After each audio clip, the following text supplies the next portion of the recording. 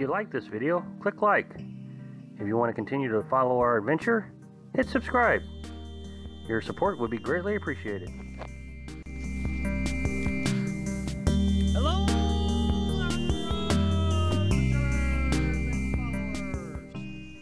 well, you know what today is? It's Friday, which means it's, you know what it is?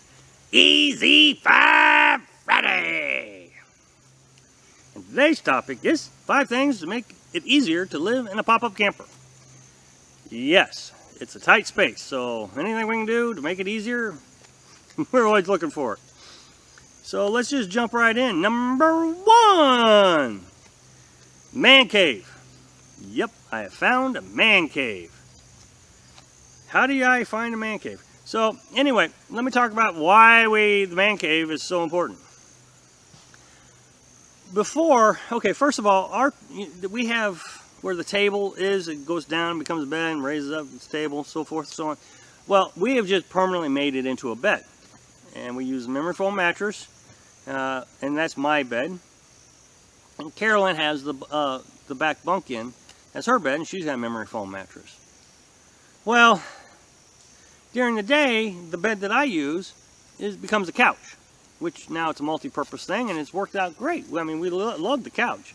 And when we're watching movies, we can sit down and watch a movie on the couch. But when it's raining, and we're both stuck in the camper, and we're both on the couch, every little move we make affects the other person. If I'm working on the computer, then she moves, I mean, it's bouncing me around and goofing me up. Or if I have to get up, I got to move her legs out of the way and bouncing her around and goofing her up. So it just wasn't working. Well, over time, we've been able to get rid of enough stuff. Now remember, the other bunk in that we use for storage. So one bunk in's Carolyn's bed, the other bunk in storage.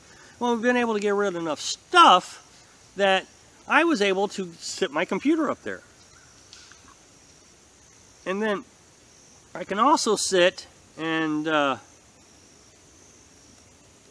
work on the computer. So I have 2 little cushions there, that one's for the computer, one's for my, sit on. And I can just sit up there and work on the computer. And it doesn't bother her, and I'm out of her way, she's not bouncing me around, and it has become a really good solution. So, yes, I finally, the first time in my life I've ever had a man cave. So, very excited about that. And again, I mean, really, I'm not wanting to say that we were stressed, but for lack of a better word, it really reduced the amount of stress it was causing each other, having to bounce off that couch. So yeah, I have a man cave.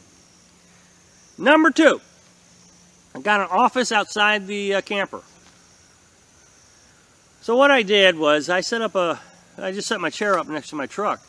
Again, this is when it's not raining, but again, it frees up the camper, so Carolyn's not, in my way, and I'm not in her way. That way she can do cooking or whatever it is she wants to do in the camper. If she wants to be in the camper, I can sit outside and work on my computer, editing videos or answering questions on YouTube and Facebook, whatever the case is.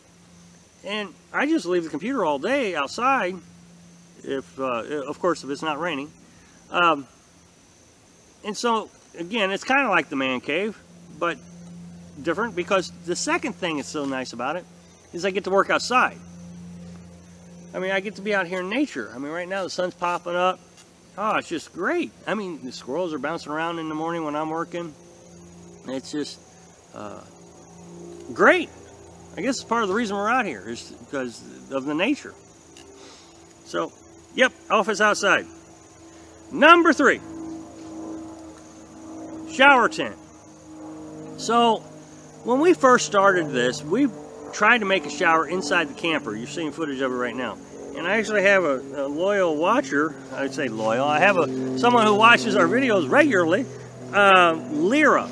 And she commented that I was crazy for trying to put this shower curtain inside the camper. Now, of course, she says she's gonna do one outside, and she's gonna wrap around trees and stuff. So, but I tell you, putting it inside the camper was the worst thing we could have done.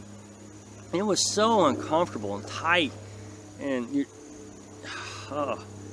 the shower curtain would stick to you. You'd be putting soap on, and you had to bounce that shower curtain away from you. It was it wasn't feasible. You just couldn't do it. If we have to do it because it's so cold that we can't shower outside, we may, have to do it inside again, but it's not a long-term solution by any stretch of the imagination. So the shower tent was number 3. I mean, that one is a big one. We have to have that. Number 4, we found a little table, just a little 3-foot table, at Aldi's. And it was only $12. I mean, it was a great bargain. And it's going to fit in the back of the truck when we have to move, just snug right up there against the cab. It's going to work out perfect. This thing, once we got it, we started using it for everything. I mean, Carolyn and I are almost fighting over it all the time now. She's doing dishes on it or working with the laundry. I'm wanting to use it as a desk. You can even bring it in the camper. Small enough to bring in the camper, and I can use it as a desk in there also. It's adjustable in height. I'm telling you, this thing was great. We're almost considering buying a second one. That's how great it is. But this little table has been a lifesaver. It really changed the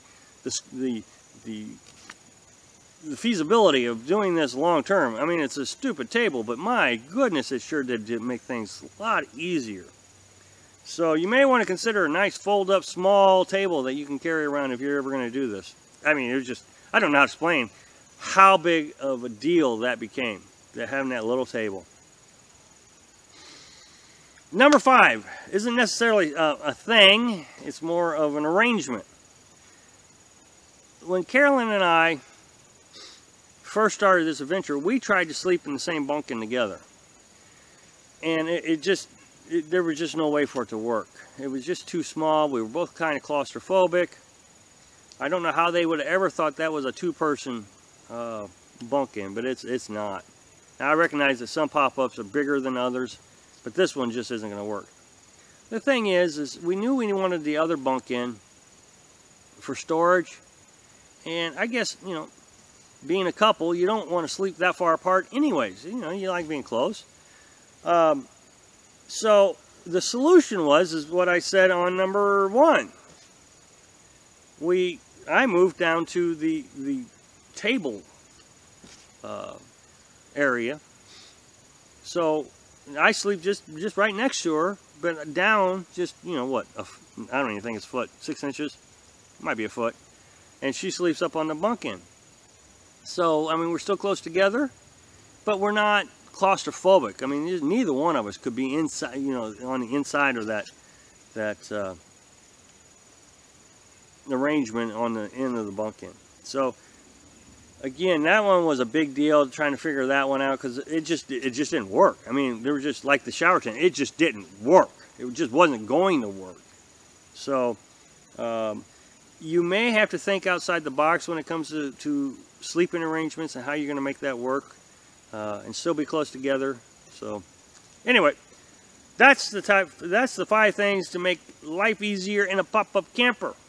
So hopefully it'll get you thinking about how to make your life easier in whatever adventure you do. So anyway, thanks for watching. Be sure to subscribe. Click like if you like the video, and happy travels.